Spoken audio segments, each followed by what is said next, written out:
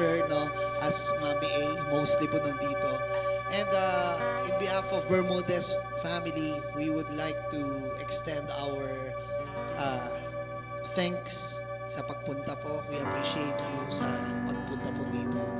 And tonight, no, we all know that Mami is already worshiping before the Lord.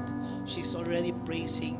Actually, tapos na yung praise natin. Kung narinig nyo yung kanina, prophesy, siya yung nag-song lead ng praise.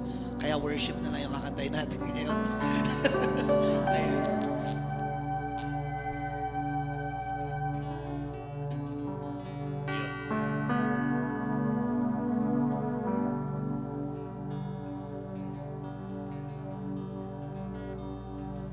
Hello, testing.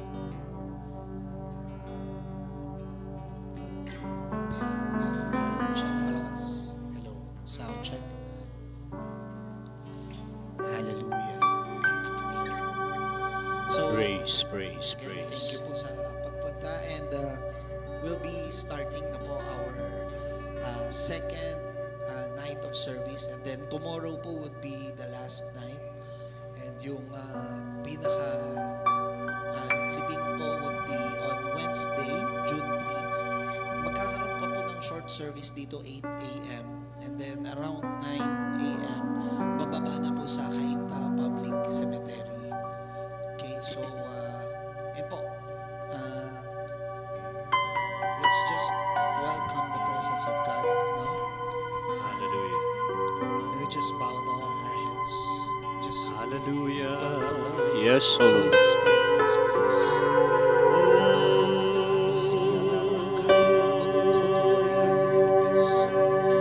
Give you praise, O God.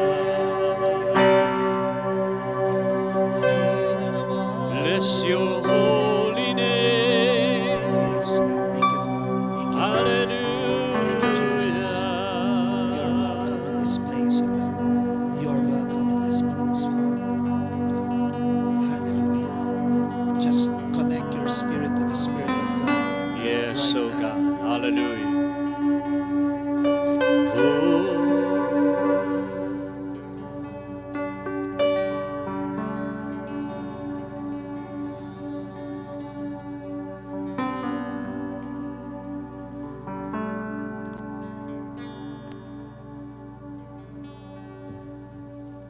Thank you, Holy Spirit, for this night. We just want to worship you, Lord. Yes, We O honor God. your name, Lord. This in our midst, Lord. This night, we thank you, Lord. Yes, Lord. Thank you, Lord.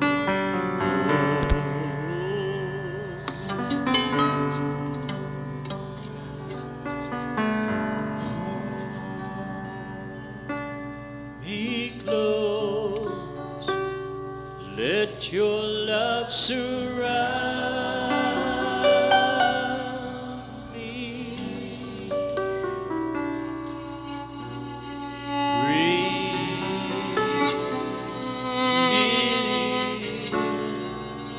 Draw me to your side. Oh, and I wait, I rise up like an eagle, and I will soar with you. Your spirit leads me on, but the power of your love,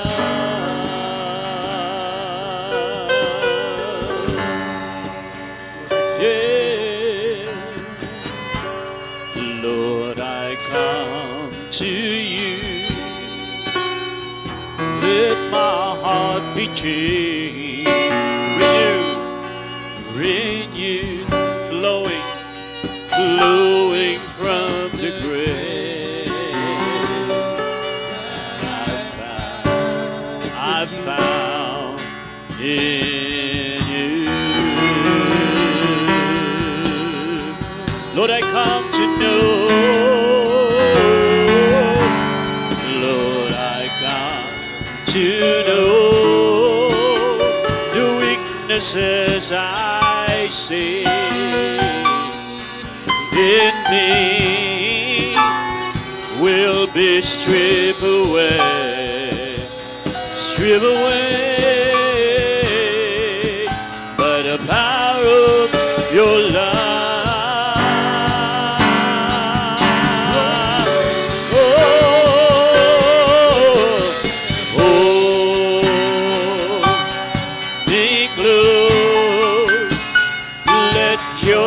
Surround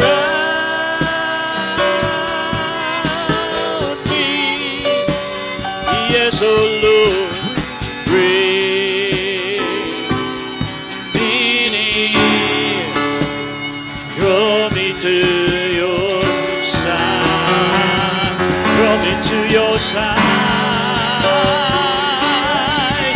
and I will.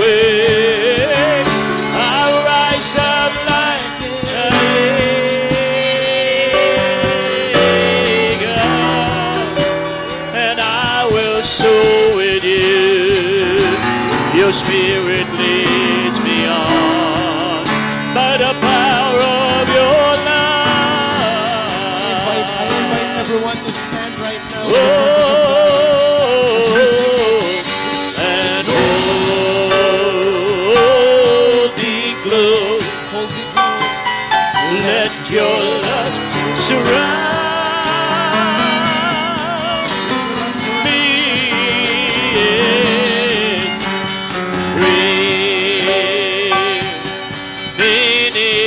Draw me to your side, Lord, to your side. As I wait, and I wait, I rise up like an eagle, and I will soar with you. Your spirit leads me on by the power of your love. You are worthy, God. You are worthy of it all. Every Lord, you're worthy. You are worthy of it all. Regardless of our situation, you're worthy. For from you are all, and to you are all things. You deserve the glory. We give you the glory, even in this situation, Lord. You are worthy of it all. You are worthy. You are worthy. You are worthy of it all. Yes, oh God. For from you are all things, and to you are all things. You deserve, God, you deserve the glory. For the last time, you are worthy of it all. We worship you, God, holy, you are worthy of it all. For from you, Lord, for from you are all things, and to you all things. You deserve the glory.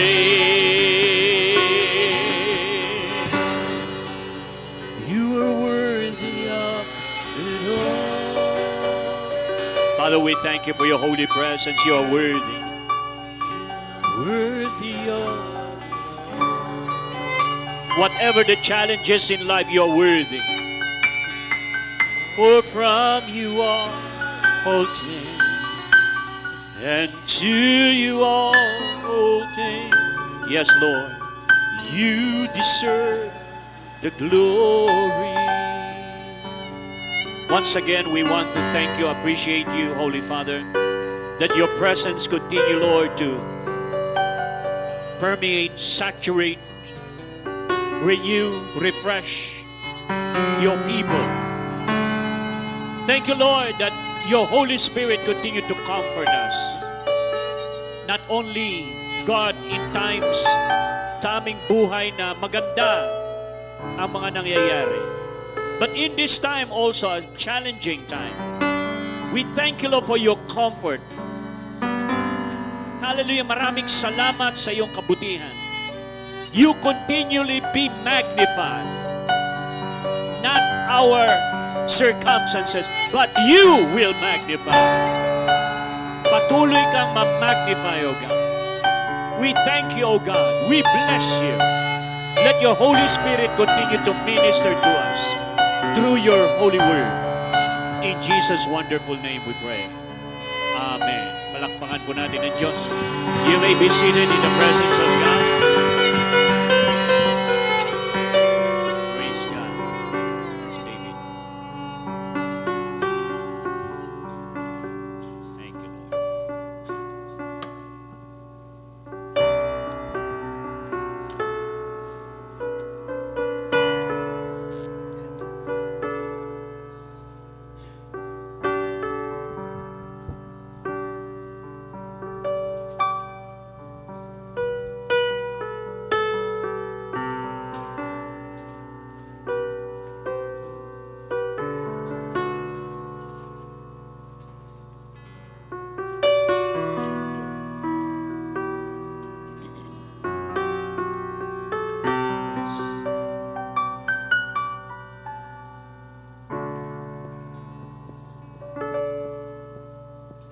Hallelujah. Praise God. Sino po naramdaman yung presensya ng Panginoon ngayong gabi? Hallelujah. And tonight, we are privileged, no, that yung Recent family, okay, Recent Church, no, sa BGC, led by Pastor Chris, nagpakunlak po sila, no, pinaunlakan po nila tayo ang ating imbitasyon. Actually, they just plan to visit tonight, no, but since wala naman talagang schedule, no, for service, we ask Pastor Chris to minister for us the Word of God tonight. So, ayun po, Sir Chris. Thank you, Jesus. Grabe, no? Dito po ang Panginoon. Kanina po, while pagpasok ko po dito, nakita ko po si Pastor Hener, and then nagkausap po kami ni David. While he was sharing what had happened, that was, you message me 2 days ago. Tama ba? Use of prayer to pray. No? And kasi po si David, kami po, unang-una po sa lahat, along with the Recent Church family po sa BGC, we want to honor po Pastor Hener. Pastor, marami pong salamat. David and the worship team. Kasi po, just to give you backstory lang po para maintindihan po natin ng konti na sila po, when we were starting last year as a church, the Lord had used them. Kasi wala po kaming worship team. And when we were starting po sa BGC, ang galing lang po ni God how yung kanyang divine orchestration na nangyari na na-meet po namin si David. And then nagsimula po kami, violin lang. Actually, this is my first time hearing a worship song na nag-worship in a service na nagba-violin. Sobrang powerful. Like, I will always remember that yung first day namin, how mightily they are being used by their up until today po. We are almost 9 months na po as a church. And to be standing here, it's a privilege. Maraming pong salamat, Pastor Hener, David. Tama po sabi niya, atin lang po kami. Nasabi niya po sa akin kanina kung pwede po mag-share ng Word of God. Sabi ko, of course, it's a privilege on our part din po as well. And nung nag-message po siya, going back, every time na si tita po mapupunta sa hospital, nilulup niya po yun sa akin. Pastor, pasama sa prayer. And lumalaban po kami sa prayer as well. Nag-i-intercede din po kami as well. As a church, kami po ng wife ko, we are standing in the gap. And nakakatawa po marinig palagi yung story nung success. And ito nga po, no, nagulat na lang po ako that specifically, ito na po yung nangyari. I saw the post, I called him, and sa totoo lang, when he was asking me to share tonight, I prayed. I asked the Lord, sabi ko, Lord, ano po yung gusto niyo pong i-share ko? I mean, I didn't prepare anything. Sabi ko nga, Holy Spirit, ikaw ang mangusap, ano yung gusto mong i-share ko? And God led me to this specific verse, Pastor Renier. Just want to read this specific verse. Dalawang bagay po yung gusto kong i-share tonight, quickly. Una po sa family. God led me to Genesis chapter 23, verse 1 to 2. God reminded me about Sarah. Sabi dito, Sarah lived to be 127 years old. She died at Kiryat Arba, that is Hebron, in the land of Canaan. And Abraham went to mourn for Sarah and to weep over her. Kung babasahin po natin yung buong 23, naghahanap po si Abraham ng bibilan ng lupa. And I was asking God, Lord, ano po yung specific na message mo rin po sa family? Ang ganda po ng inimpress sa akin ng Panginoon. Probably all of us know na kung ano po yung situation all throughout ng family. Ako po, sabi ko nga kay David kanina, while he was talking to me, nanonood po ako ng video. Kasi ako po, na-meet ko po sila, the very first time sila, Pastor Renier po, when they had yung worship symposium po. And to be honest, hindi ko po alam yung naging ministry ni Tita Ana. Kaya kanina nung nakikita ko, sabi ko, David, si Tita pala nag-preach, si Tita pala nag-ano. Sabi niya sa akin, yeah, worship leader siya, yes, ganito, ganyan. And do na confirm, while David is sharing that to me, that tonight, I believe God wants us to remember how a godly woman being used mightily for His glory. Alam niyo po, kanina it pierced my heart as well. Minsan ang hirap po, no, sa mga pastor po na nandito, like sa mga miyembro ng kongregasyon natin, they don't know those internal battles na kinakaharap po ng bawat pastor. And seeing them, si David niya, sabi ko, David, alam mo, kasi pangalan din po ng anak ko, 2 years old pa lang, David. King David, actually, pinangalan ko sa kanya. Natutuwa ako kay David, yung puso niya, para sa magulang niya, para sa mama niya. Sabi niya nga sa akin kanina, di niya kinaya, lumabas siya. Tapos, kinomfort siya ni Pastor Renier. Yung strength as a father, I mean, to be honest with you, all these things na pinapakinggan ko, I myself, ako po, no? Hindi ko alam kung kaya ko, to be honest with you. Kasi minsan pa lang ako namatayan ng sobrang, sa akin, when I was somehow in a journey of transitioning, being a pastor, a mentor of mine died. He's a pastor at the age of 38 years old. Actually, that was my turning point. I come to realize that life is short. Wala naman nakakaalam sa atin. Even pastors, bishop tayo, and all. Kailan tayo kukunin ng Diyos? Siya lang po may hawak ng buhay. And that is why I'm so just blessed. Actually, being here, may nag-hit sa akin eh. And I thank you guys.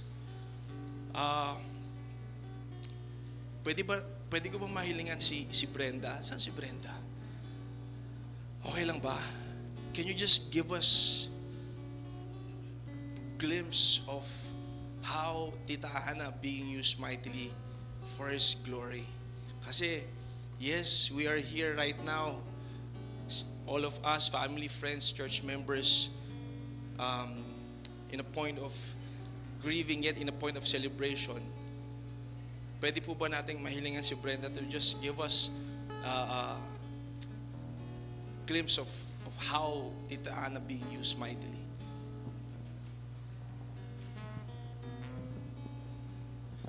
Sana hindi ako maiyak, no? Kaya natin to. Si Mami A, dahil mami nga, no, mami siya ng lahat. So, at kumbaga, any age, kaya niyang makarelate. So, alam ko, nag-start siya sa children ministry, no, nagturo siya, kinukwento niya before kung paano sila nag-start. Actually, with dad, doon nag-start yung ministry nila sa children ministry. Kaya ganun na lang din yung pagtitrain maging sa mga bata sa church dahil doon din sila nag-start. And then, kung sa, iaano ko na by, levels. So, of course, for the young people, ginagamit din po siya. So, sa mga youth camp, lagi namin kasama sa meeting. Siguro yun yung mga, yun yung mga mamimiss namin. Yung mga,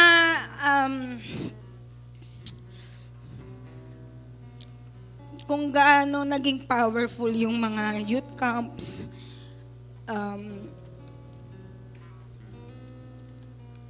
yung mga ideas niya and how she helped us, how she prayed with us for the next generation.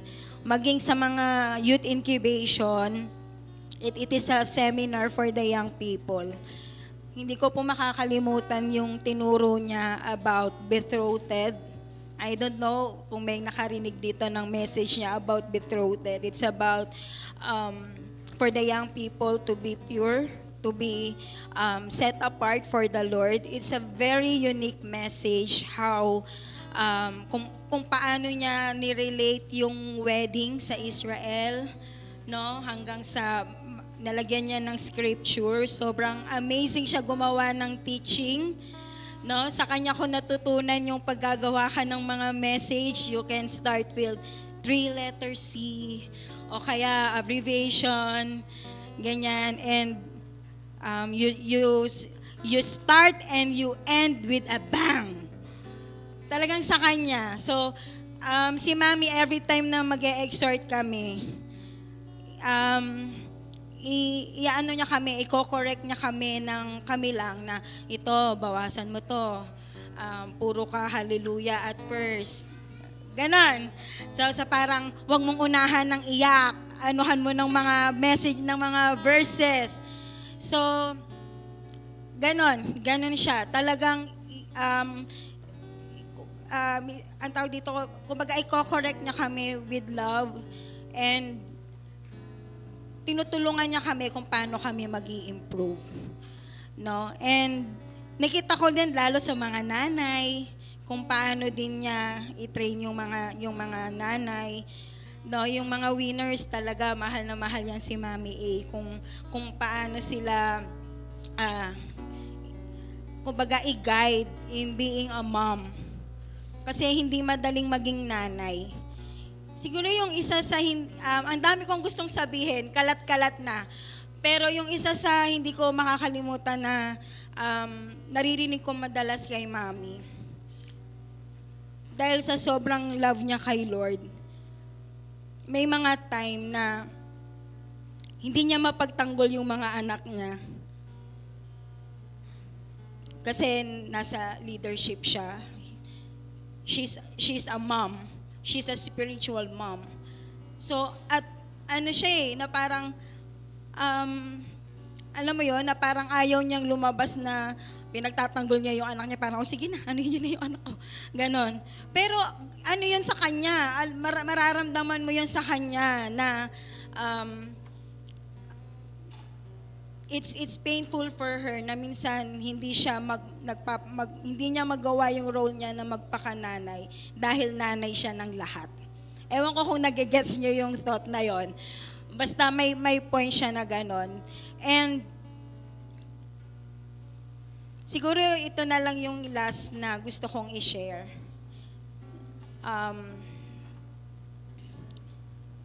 Yung message niya na hoping against all hope. I know lahat tayo, narinig natin yun kay Mami. She always believe in people. Na tinitingnan kanya ngayon hindi sa present mo. Lagi niyang tinitignan kung sino yung magiging ikaw. And marami dito, for sure, alam ko naka one-on-one na kayo ni Mami, never niyang ima-magnify sa'yo kung ano yung mali mo. Never niyang ima-magnify na, alam mo yung may time nga, paulit-ulit yun eh, na parang okay, kinausap ka na about dito, tas mauulit siya ulit. Parang ikaw, mahihiya ka na sa kanya, pero siya hindi. Lalapitan ka pa niya lalo. And sabihin niya, hindi yan yung end picture mo. I continue to believe that you will be better. Basta wag kang huminto.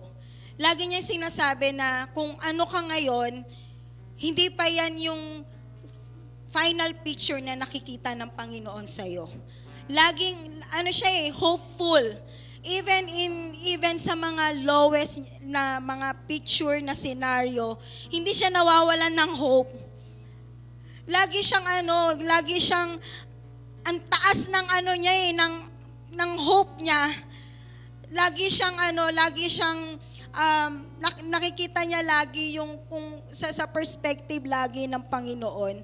And there was moment talaga in my life na ako talaga pasuko na ako. Talagang parang sabi ko, ayoko na po. Tapos alam niyo yung sinabi niya sa akin, alam mo ba ibig sabihin ng backslider? Ang backslider, hindi yan yun kapag hindi ka na umattend ng church.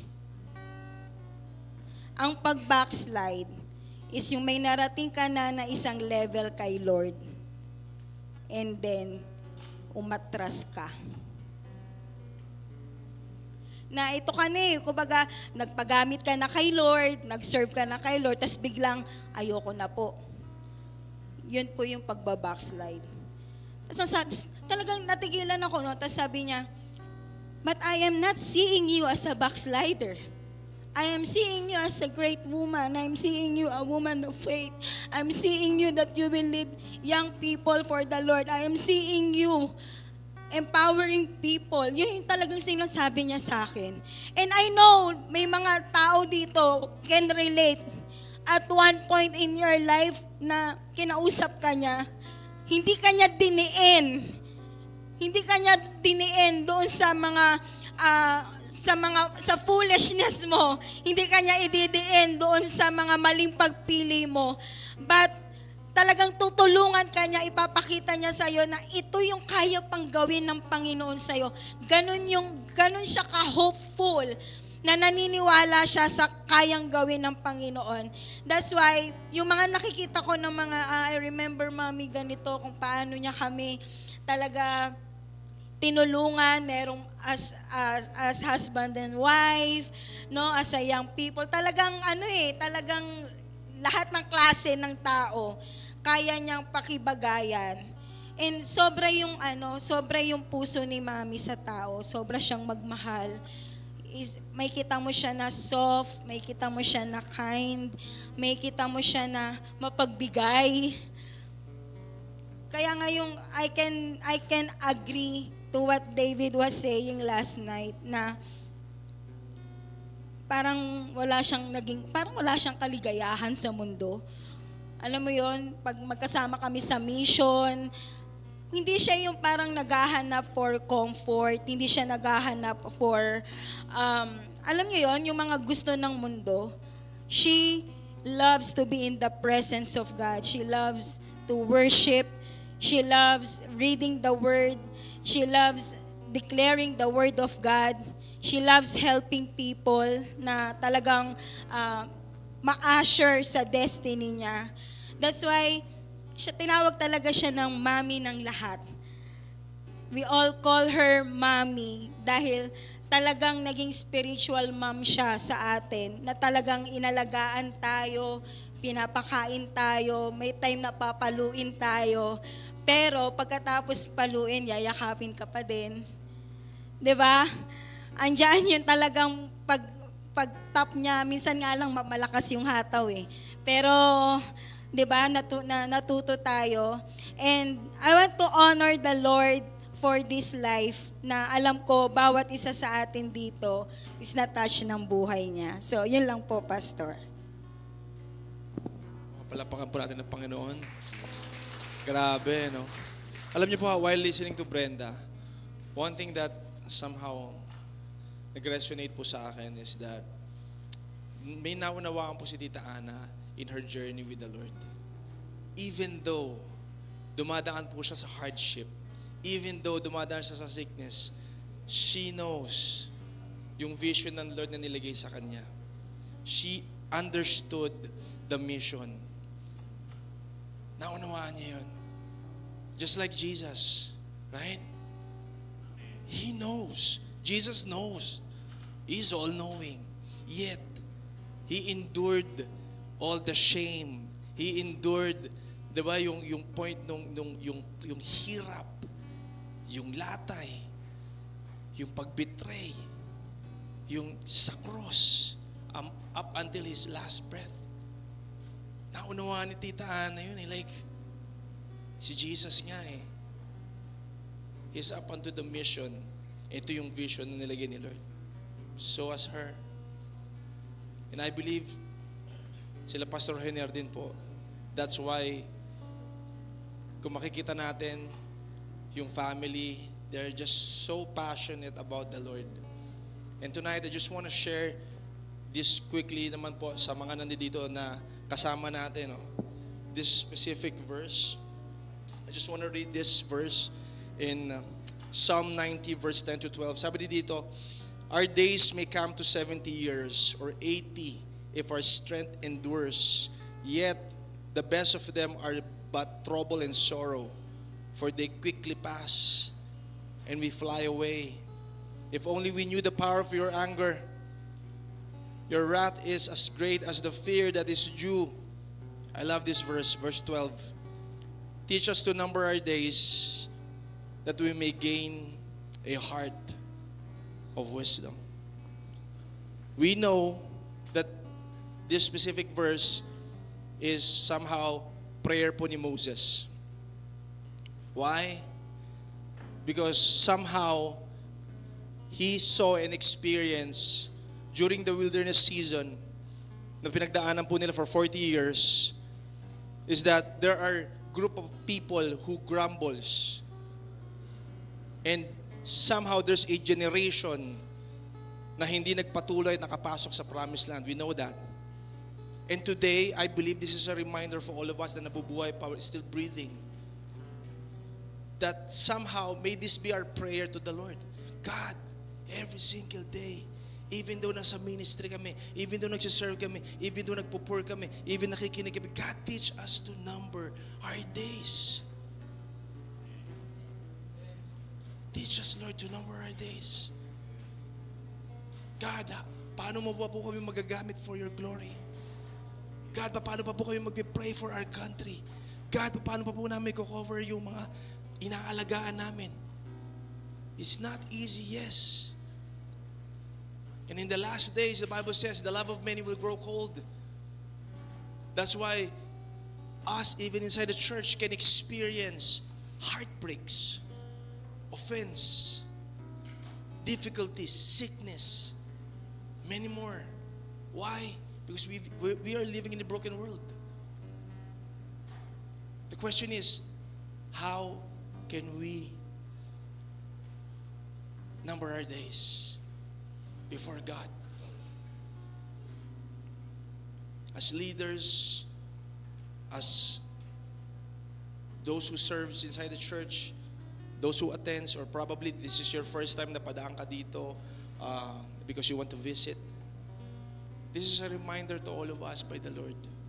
I don't want to explain more further, but I just want us to resonate the word of God.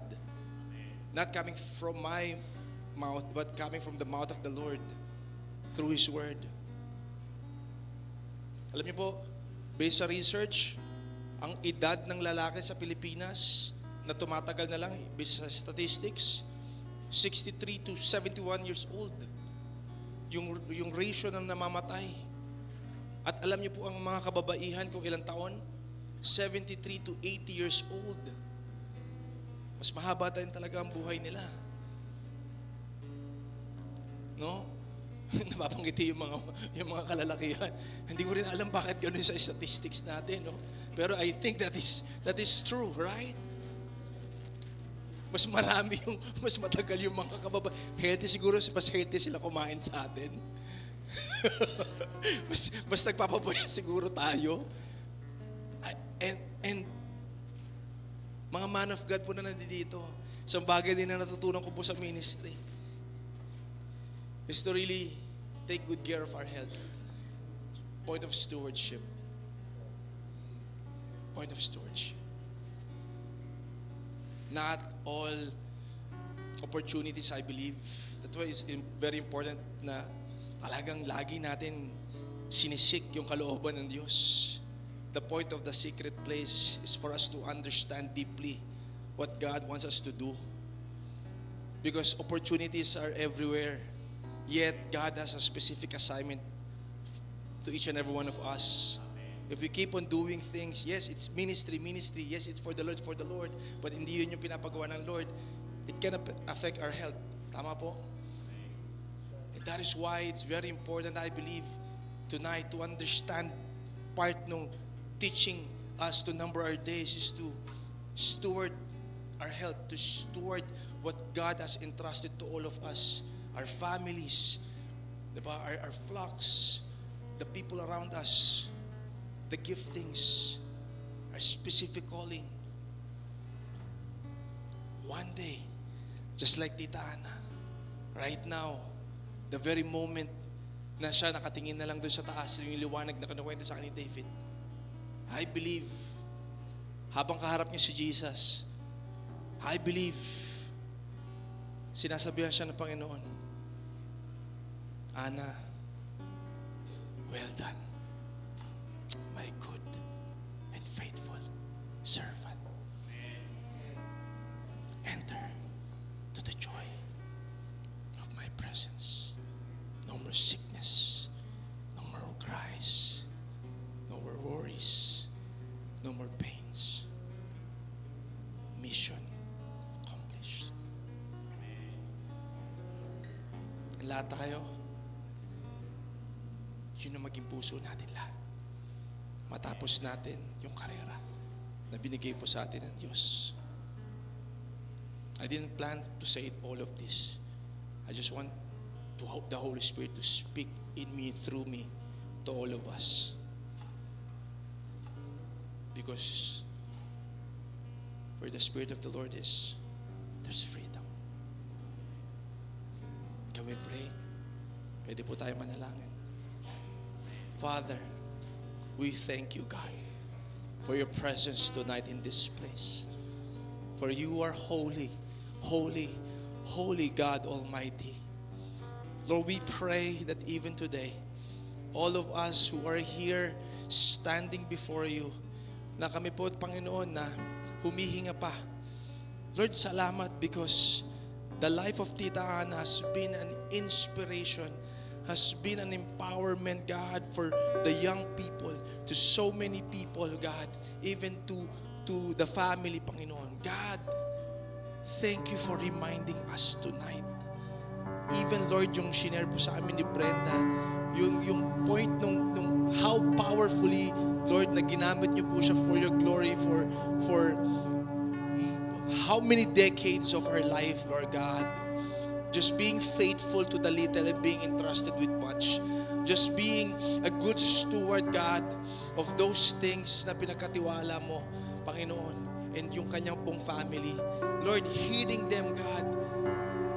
God, sobra po kami nagpapasalamat. And tonight, Lord, we pray, continue to guide us, Holy Spirit. Continue to move in our midst. Yes. Continue to show us, Lord God, the beauty of your glory. Continue, Lord God, to speak forth life. Continue, God, to just heal every heart Amen. Yes. who has been wounded. Lord, there are people here na yung kanilang mga breastplate, napakadaming, Lord God, battle scars.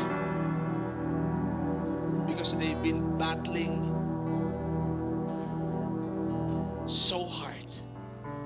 for so long. And you know them. You know their hearts. God, I pray every day to teach us to number our days. That we will walk in wisdom. Kaya na sinabi ni Paul, God, be careful how you walk. Not as unwise, but as wise. Thank you, Jesus. Thank you, Lord. Can we just pray for the whole family po? Pastor Riner, pwede po ba namin kayo maimbitahan po? Yes. Hallelujah. Hallelujah. Pastor Jay, can we pray for the whole family?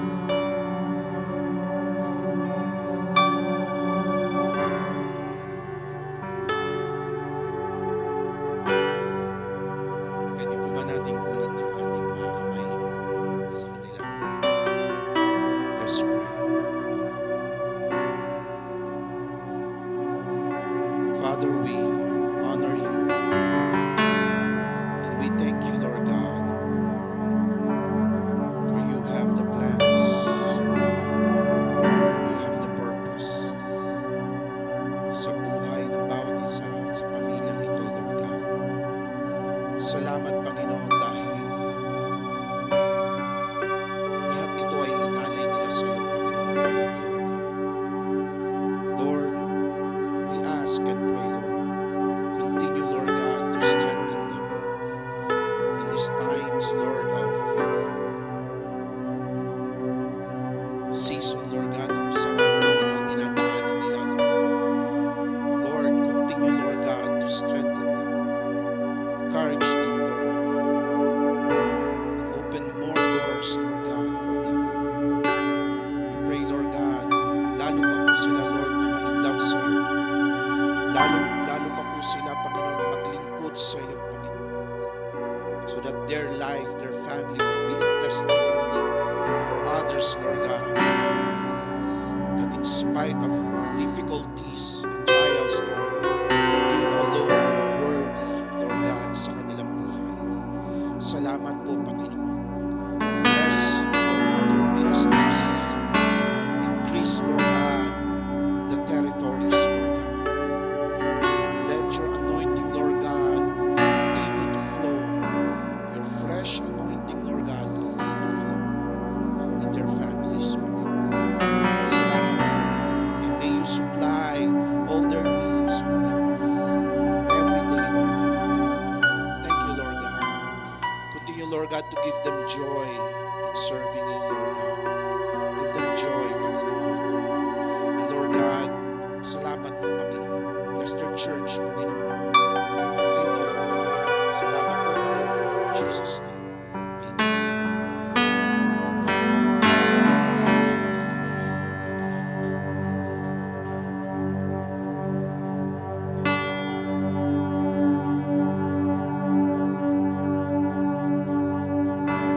Thank you so much, Pastor Chris and the team. Alam niyo po, napaka-importante po nung word na sinabi po doon sa Numbers.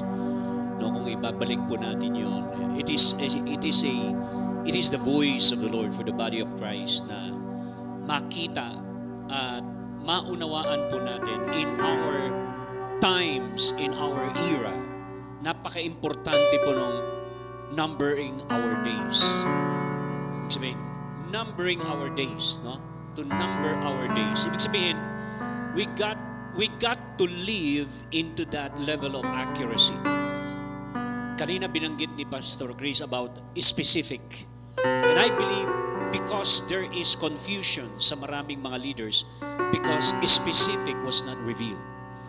So, kapag dumating yung time na yung specific ay dumating po yun, like Jesus, He's very accurate in His destinies in the facing and chapter of His life. Alam niya kung kailan siya mamamatay at saan siya mamamatay. Because of that specific, wala siyang dull moment or wasted time. Time is maximized because He know how to number His days. So tayo po sa season po natin ngayon, ang daming mga distraction. na ninanakaw at wini-waste yung time. Like social media. No? So, i-consider natin yung mga bagay na yon na by the accuracy na leading ng Holy Spirit ay kailangan talagang ma-fuel po ito sa ating pong buhay. Tama po yung mga sinasabi ng Word, teaching us to number our days that we may gain a heart of wisdom. Tandaan po natin, ang foundation ng wisdom is the fear, reverential fear of the Lord. Na kapag ito ay nawala, yung wisdom po ng Panginoon ay hindi mag-ooperate. We will only move in good ideas. At marami pong waste of time using good ideas instead of God's ideas. So I believe ito yung time and season po sa mga leader at kapastoran na talagang mas lalo po tayong katulad noon, no? Yung intimacy na sinasabi ng Panginoon ay huwag mo nating hayaan na nakawin ng kaaway. Sapagkat yung intimacy is the foundation of accuracy. Na tayo po ay i-release ng Panginoon doon sa specific natin so that wala po tayong masayang na oras sa ating pong panahon kung hindi ma-maximize po natin ang mga resources, ang finances, ang lakas, ang oras, panahon na ibinigay ng Panginoon sa atin serving the purpose of God for His glory. So, mga kapastoran, maraming pastor na nandito ngayon, si Pastor Rick, Pastor Aki, marami, andyan sila Pastor Rene. So, lahat po tayo ay mga leader na responsible sa ating pong mga congregation at pamilya na irali po natin sila dito sa sinasabi po ng Panginoon na being fueled by the voice of God for us to walk into that accuracy ng leading ng Holy Spirit sa ating pong buhay so that we may apply wisdom. Amen. Because wisdom builds the house. Wisdom builds the ministry. Wisdom builds this nation. Wisdom builds family. So, walang hindi na build in the foundation of wisdom. Kapag meron tayong nakita mga successful people sa mga nandiyan sa ating paligid, organization or anything, isang evident dyan is wisdom. Nandun po yun. Sigurado po yun. So, we believe na ang ating pong Panginoon ay sinasabi sa atin as body of Christ, let us be led by the Spirit. Let us move with accuracy. Do not waste time in this time and season. Be focused. Do not be sidetracked. Do not be easily absorbed by the things of this world. Let's all maximize the deposit, the God-given resources in our life, the talents and ability for the glory of God. Amen? Palakpakan po natin. God bless. Thank you so much, Pastor Chris. Pwede po tayo mag-refresh ulit, magkwentuhan, mag-fellowship. God bless you po. Maraming pong salamat, no, for Reset Church, no, and lahat po ng pumunta, meron pong mga snacks po